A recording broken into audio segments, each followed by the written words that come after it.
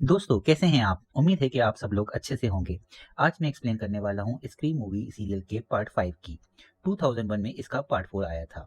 आप लोग इस फ़िल्म को ऐसे ही देख सकते हैं। इसके लिए आपको पार्ट 4 या उससे पहले के किसी पार्ट को देखने की कोई ज़रूरत नहीं है। मूवी बहुत अच्छी है और मुझे उम्मीद है कि आपको मूवी पसंद आने वाली है।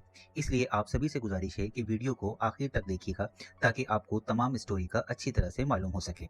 अगर आप हमारे चैनल पर नए हैं तो चैनल को सब्सक्राइब कीजिए, ज़्यादा से ज़्यादा लाइक कीजिए, शेयर कीजिए और अपने अच्छे-अच्छे कमेंट से हमें आगाह कीजिए कि आपको हमारी कोशिश कितनी पसंद आ रही है। मूवी के शुरू में दिखाया जाता है कि कैलिफोर्निया के एक टाउन वुडबोरो में एक लड़की टेरा अपने घर में अकेले काम कर रही होती है।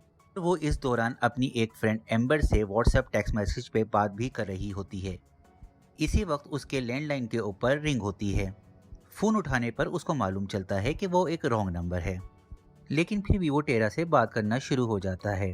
टेरा उससे इसलिए बात करना शुरू कर देती है क्योंकि वो उससे उसकी फेवरेट मूवी के बारे में बात कर रहा होता है। दरअसल वो उससे स्टेप मूवी यानी ओरिजिनल स्क्रीम मूवी के बारे में बात कर रहा होता है।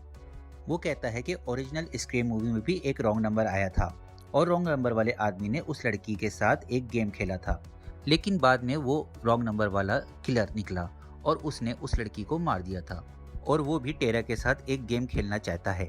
टेरा ये सुनकर घबरा जाती है क्योंकि वो भी एक रॉन्ग नंबर पे बात कर रही होती है। वो जल्दी से फ़ोन को बंद कर देती है। टेरा फौरी तौर पे अपने मोबाइल से डिजिटली अपने घर के तमाम डोर्स को लॉक कर देती है। इस दौरान घर में दोबारा लैंडलाइन पर रिंग होती है, लेकिन अब वो फ़ोन नहीं उठाती। फिर उसको मोबाइल के ऊपर अंबर के नंबर से ही उस रॉन्ग नंबर वाले आदमी का फ़ोन आता है। वो बताता है कि उसने एम्बर का मोबाइल को हैक कर लिया है और वो इस वक्त एम्बर के घर के बाहर ही खड़ा है और उस पर नज़र रखे हुए है और वो उसको थोड़ी देर में मार देगा। वो उसको प्रूफ के तौर पे उसकी वीडियो भी दिखाता है, जहां वो छुप कर उसकी वीडियो ले रहा होता है। अब किलर ये बोलता है कि वो उसके साथ एक गेम खेलेगा। अगर उसने सही जवाब नहीं दिए तो वो एम्बर को मार देगा। टेरा इन तमाम चीज़ों से बहुत डर जाती है, लेकिन फिर भी वो अपनी दोस्त की जान बचाने के लिए उससे गेम खेलने के लिए तैयार हो जाती है। वो टेरा से स्टेप मूवी के बारे में सवाल करना शुरू हो जाता है। पहले दो सवालों के जवाब तो वो ठीक से दे देती है, मगर तीसरे सवाल के जवाब के लिए वो कंफ्यूज हो जाती है और इंतहाई घबरा सी भी जाती है। लेकिन वो इंटरनेट के ऊपर सवाल के जवाब को तलाश कर लेती है और जवाब ठीक तरीके से दे देती है। फिर वो आदमी उससे चौथे सवाल के तौर पे पूछता है कि ओरिजिनल स्क्रीम मूवी में किलर कौन था, जिसका जवाब टेरा को मालूम था। वो फटाफट उसका जवाब दे देती है, मगर वो आदमी बोलता है क्योंकि उस फिल्म में दो किलर थे और टेरा ने जवाब में सिर्फ एक किलर का नाम बताया है, इसलिए वो जवाब को गलत मानेगा। और चूंकि अब उसका जवाब गलत हो गया है, इसलिए वो अब एम्बर को मार देगा। ये सुनकर टेरा घबरा जाती है और एम्बर की जान बचाने के लिए तेजी के साथ अपने घर से बाहर निकलती है। लेकिन जैसे ही वो अपने घर से बाहर कदम रखती है तो घोस्ट फेस वाला किलर सामने खड़ा होता है। वो उसको मारने की कोशिश करता है, मगर वो बचकर घर के अंदर आ जाती है और घर के दरवाजे को बंद करने की कोशिश करती है और बड़ी मुश्किलों से घर का दरवाज़ा बंद भी कर देती है। वो इस दौरान पुलिस को भी इत्तला करती है। किलर उसको दरवाज़ा खोलने का कहता है, लेकिन वो उसको बताती है कि उसने ऑलरेडी पुलिस को इत्तला कर दी है।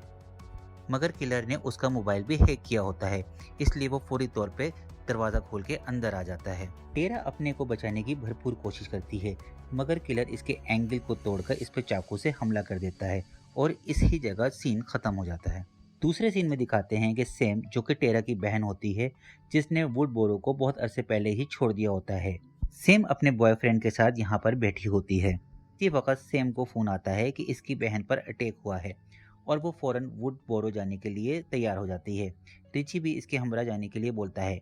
पहले तो वो उसको मना कर देती है, मगर फिर रिची उससे बोलता है कि वो उससे बहुत मोहब्बत करता है और उसकी बहुत फिक्र करता है, इसलिए वो भी उसके साथ जाना चाहता है। फिर सैम मान जाती है। अगले सीन में दिखाते हैं कि कुछ फ्रेंड्स का ग्रुप टाउन में मौजूद है।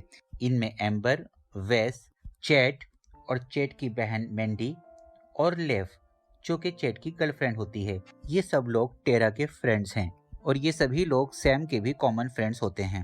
ये लोग आपस में बातें कर रहे होते हैं कि घोस्ट फेस किलर फिर से वापस आ गया है और उसने मर्डर करना शुरू कर दिया है। अचानक उन लोगों की नज़र रोड के किनारे अपनी गाड़ी के साथ खड़े एक शख्स विंस पर पड़ती है। वो लेव का एक्स बॉयफ्रेंड होता है। लेव सबको ये भी बताती है कि इसने पहले टेरा को तंग किया था। अब लोगों का शक इसकी तरफ चला जाता है। इस वक्त इनको टेक्स्ट मैसेज आता है। मैसेज में उनको बताया था कि टेरा का होश आ गया है और वो सब उससे हॉस्पिटल में मिलने के लिए निकल जाते हैं। दूसरी तरफ सैम और रिची को भी कार में आते हुए दिखाते हैं, जो टाउन की तरफ आ रहे होते हैं। रास्ते में वो लोग बातें कर रहे थे। सैम रिची को बताती है कि स्टेप मूवीज टाउन में होने वाले इसी तरह के वाक़यात पर ही बेस्ड होती हैं।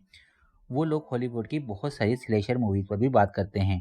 सेम ये भी बताती है कि बिली नाम के एक शख्स ने अपनी दोस्त के साथ मिलकर, जो घोस्ट मास्क लगाते थे, बहुत सारी किलिंग शुरू की थी, मगर इसके बाद कई लोगों ने मशहूर होने के लिए ऐसा ही किया था। फिर दिखाते हैं कि वो हॉस्पिटल पहुंच जाते हैं और जब रूम में आते हैं तो टेरा अपने तमाम दोस्तों के हमरा मौजूद होती है।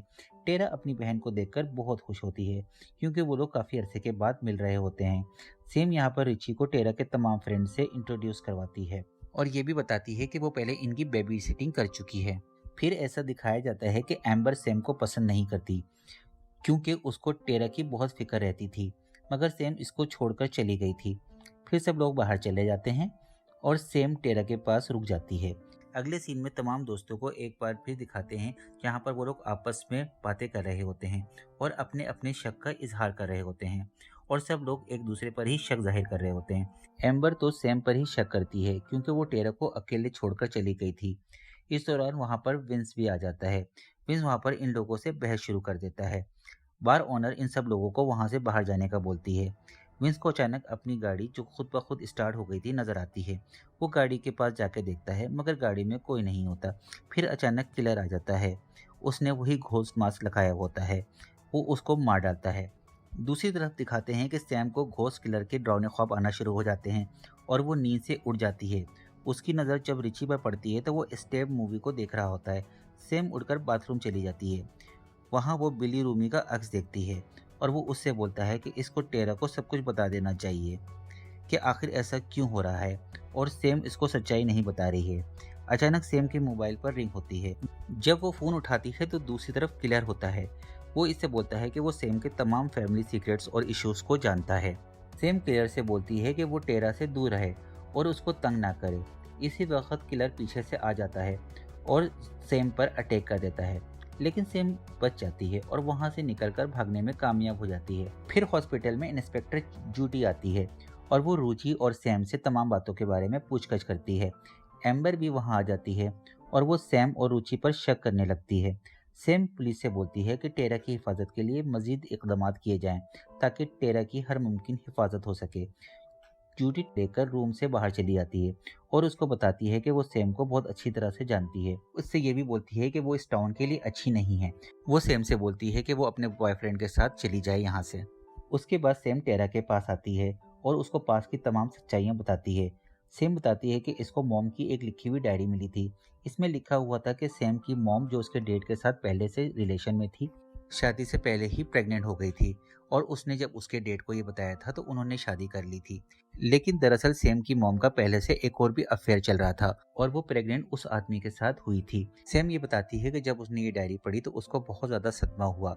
वो अपनी माँ के पास गई और चीख चिल्लाकर उसने ये सब बातें उनसे मालूम करना चाही। ये सारी बातें उसके डेट को भी पता चल जाती हैं और उसी रात उसके डेट घर को छोड़कर हमेशा के लिए वहाँ से चले जाते हैं। सैम इन चीज़ों का बहुत ज़्यादा असर लेती है। वो अपने आप को इन चीज़ों का कसूरवार ठहराती है। इसी वजह से उसने अपने आप को सब लोगों से अलग कर लिया था और बाद में वो ड्रग भी लेना शुरू हो जाती है। टेरा ये सब सुनकर बहुत ज़्यादा शॉक होती है और बहुत ज़्यादा दुखी भी होती है। सेम टेरा को ये भी बताती है कि इसका रियल बाप दरअसल बिली ही था और ये बात किसी को मालूम नहीं थी। अब ये बात किसी को मालूम हो चुकी है, इसीलिए उसने टेरा पर अटैक किया है। टेरा ये सब सुनने के बाद सैम को वहाँ से जाने के लिए बोलती है।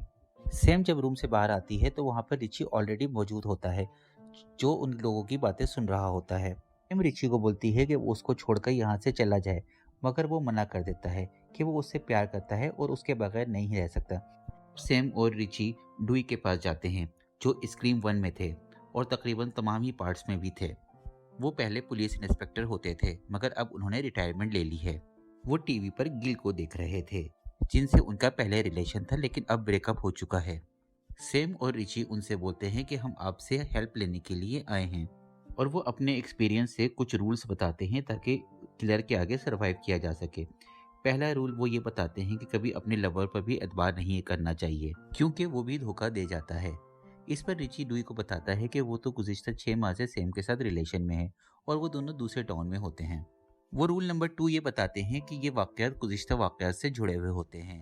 और रूल नंबर 3 ये है कि हमेशा एक दोस्तों का ग्रुप होता है और किलर इनमें से ही एक होता है।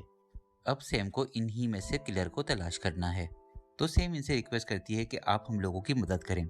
और जैसा कि उन्होंने खुद कहा है कि चीज़ें पास से जुड़ी होती हैं, तो इसका मतलब है कि उनकी भी जान को खतरा है। लेकिन वो इन लोगों को जाने का बोलते हैं। सिडनी को फ़ोन करता है और बताता है कि किलर दोबारा वापस आ चुका है और सिडनी को मशवरा देता है कि टाउन में वापस ना आए क्योंकि उसकी जान को खतरा हो सकता है।